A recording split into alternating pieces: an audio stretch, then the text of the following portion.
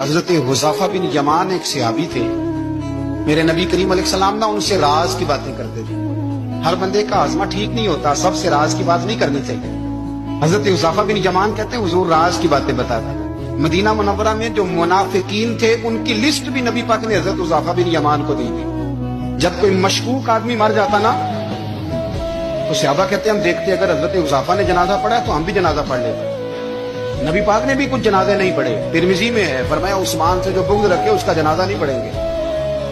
حضرت حذیفہ بن یمان اگر جنازہ پڑھتے تو لوگ پڑھتے، وہ نہ پڑھتے تو لوگ جنازہ نہ پڑھتے۔ حضرت حذیفہ بن یمان کہتے ہیں جناب عمر فاروق کی خلافت کے آخری ایام تھے، کچھ دنوں کے بعد وہ شہید ہو گئے۔ فرماتے آدھی رات کا وقت تھا، میں گھر میں سویا تھا بڑا بے فکر، اچانک میرے دروازے پہ دستک ہوئی، میں گھبرا کے اٹھا، اتنی رات کو کون آیا؟ کہتے ہیں قربان جاؤں، دروازے پہ گیا تو امیر المومنین فاروق اعظم دروازے پہ۔ میں نے کہا عمر کوئی حکم تھا تو مجھے بلا لیتے۔ کہنے لگے میں نا امیر بن کے نہیں آیا، تیرا ویر بن کے آیا۔ امیر المومنین کی حیثیت سے سرکاری کام سے بلاتا تو وہاں بلاتا، مجھے ایک ذاتی کام پڑ گیا۔ کہتے میں نے عمر کو گھر کی اندر بلا کے چارپائی پہ بٹھایا، میں نے کہا حضور میں غریب آدمی، میں کیا آپ کے کام آ سکتا ہوں؟ تو کہتے ہیں انہوں نے نا مجھے ساتھ بٹھا لیا، پھر میرا ہاتھ پکڑ لیا، کہنے لگے تو عمر کو جانتا ہے؟ عمر جھوٹ نہیں بولتا، تو جانتا ہے عمر وعدوں کا پکا ہے؟ کہا حضور جانتا ہوں، اس وقت آیا ہوں جب دیکھ بھی کوئی نہیں رہا۔ حضرت حذیفہ بن یمان کہتا ہوں پریشان ہو گیا، حضور پہلیاں نہ بجھوائیں، مہربانی کر بتائیں کدھر آئے ہیں؟ حضرت عمر فاروق فرمانے لگے 62 سال کا ہو گیا ہوں، 63 میں چل رہا ہے، داڑھی سفید ہو گئی ہے، بل پک گیا، اٹھ فریدا ستیا، داڑھی آ گئی دور، اگا نیڑے آ گئی، پیچھا رہ گئی دور، اب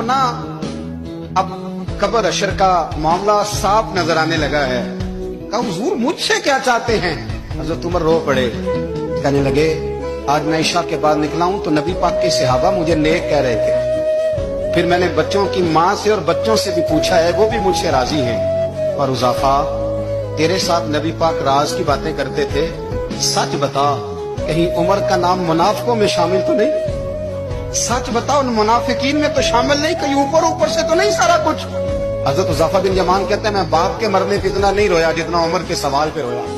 میں قدموں میں بیٹھ گیا، میں نے کہا نہیں عمر یہ تو میں نے نہیں سنا، لیکن یہ میں نے نبی پاک سے ضرور سنا ہے کہ میرے بعد اگر کوئی نبی ہوتا تو عمر ابن خطاب ہوتا۔ یہ میں نے اپنے کانوں سے سنا ہے کہ عمر جس گلی سے گزرے شیطان راستہ بدل جاتا ہے۔ یہ میں نے اپنے کانوں سے سنا ہے کہ 950 سال حضرت جبریل جناب عمر کی شان بیان کریں تو پھر بھی بیان نہیں ہو سکتا۔